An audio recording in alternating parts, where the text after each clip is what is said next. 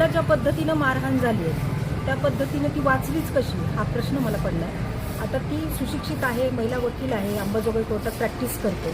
परंतु आज ज्यावेळी माझ्याशी संपर्क केला त्यावेळी त्यांचं असं म्हणणं होतं, त्या महिला वकील भगिनीचं जिला मारले तिथं, की मला मारून टाकण्याच्या उद्देशाने, जीवे मारण्याच्या उद्देशाने मारलेलं आहे, तरीसुद्धा अंबाजोगाईच्या हॉस्पिटलमध्ये मला शरीक करून घेतलं नाही, मला बळजबरीने घरी जा म्हणून सांगण्यात आलं. म्हणून आज आम्ही इथल्या CS ला भेटलो. CS ला भेटून त्यांना एक लेखी आम्ही विनंती केली की यांना शरीक करून घेणं गरजेचं आहे. त्या विनंतीला मान देऊन त्यांचं CT स्कॅन त्या महिलेचं करण्यात आलं आहे. CT स्कॅन करून आज तिला इंडोअर पेशंट म्हणून सेमी ICU मध्ये ॲडमिट केलेलं आहे. मला यात सांगायचं एकच आहे की महिलेवर जर एखाद्या मारहाण झाली तर महिलेला सपोर्ट करायला गावकऱ्यांनी पुढं आलं पाहिजे.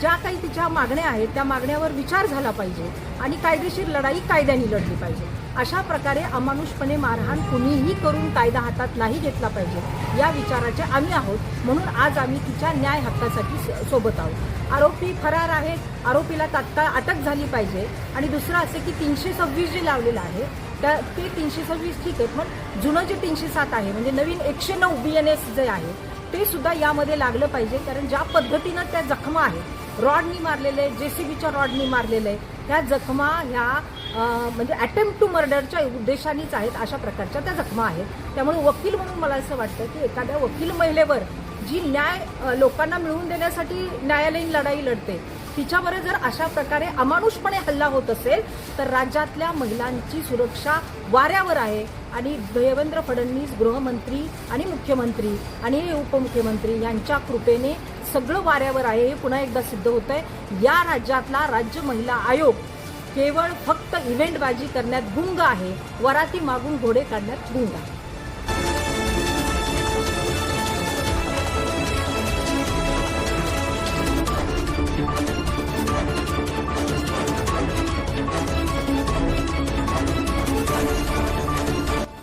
त्यांनी सांगून सुद्धा त्यांना रात्री 2 वाजता बेजबाबदारपणे तिथल्या डॉक्टरांनी घरी जायला सांगितलं.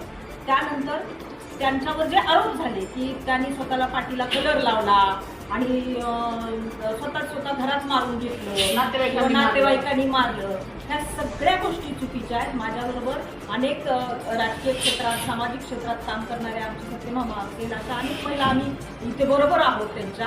आता आम्ही सिव्हिल सर्जनला एक अर्ज दिलेला आहे की असं काहीही नाही आहे, वाटलंच तर तुमच्या न्याय वैद्यकीय मंडळाद्वारे इन कॅमेरा या दिदीची, या ताईंची तपासणी करण्यात यावी आणि असं कलर लावून अशा प्रकारच्या जखमा होतात का ते आरोप करणाऱ्यांना सांगावं. ह्या जखमा तुम्ही पाहू शकता, अतिशय म्हणजे काय बेरहमीने मारणं, म्हणजे माणुसकीला काळीमा फासल अशा जखमा आहेत. ह्या एकीकडे आपण म्हणतो महिलांची सुरक्षा वगैरे, महिलांच्या सुरक्षेचे 3-13 सण गावात वाजलेले आहेत आणि जबाबदार नागरिक, सरपंच आणि त्यांचे सहकारी त्यांनी अशा प्रकारची अमानुषपणे एका महिलेला मारहाण केलेली आहे. त्यामुळे त्यांचं सरपंच पद सुद्धा पहिल्यांदा रद्द करण्यात यावं आणि या गावातली संघटित गुन्हेगारी जी आहे, जी महिलांना चाचक आहे आणि जी अशा सुशिक्षित महिलांसाठी त्रासदायक आहे, अशी संघटित गुन्हेगारी जर नेस्तनाबूत करायची असेल तर मकोकासारखे गुन्हे त्यांच्यावर नोंदवावे, आरोपीला तात्काळ अटक करावी. अशा प्रकारच्या मागण्यांचं निवेदन घेऊन आम्ही सगळ्या राजकीय सामाजिक क्षेत्रातल्या महिला, आम्ही ज्ञानेश्वर ताईबरोबर आहोत. राज्यातल्या सगळ्या महिला, सगळ्या पक्षाच्या महिला, सगळ्या सामाजिक कार्यकर्त्या, सगळ्या राजकीय महिला सुद्धा, सगळे नेते मंडळी सुद्धा ज्ञानेश्वरी बरोबर आहेत. राज्यातल्या अशा आमच्या लाडक्या बहिणीवर जर अत्याचार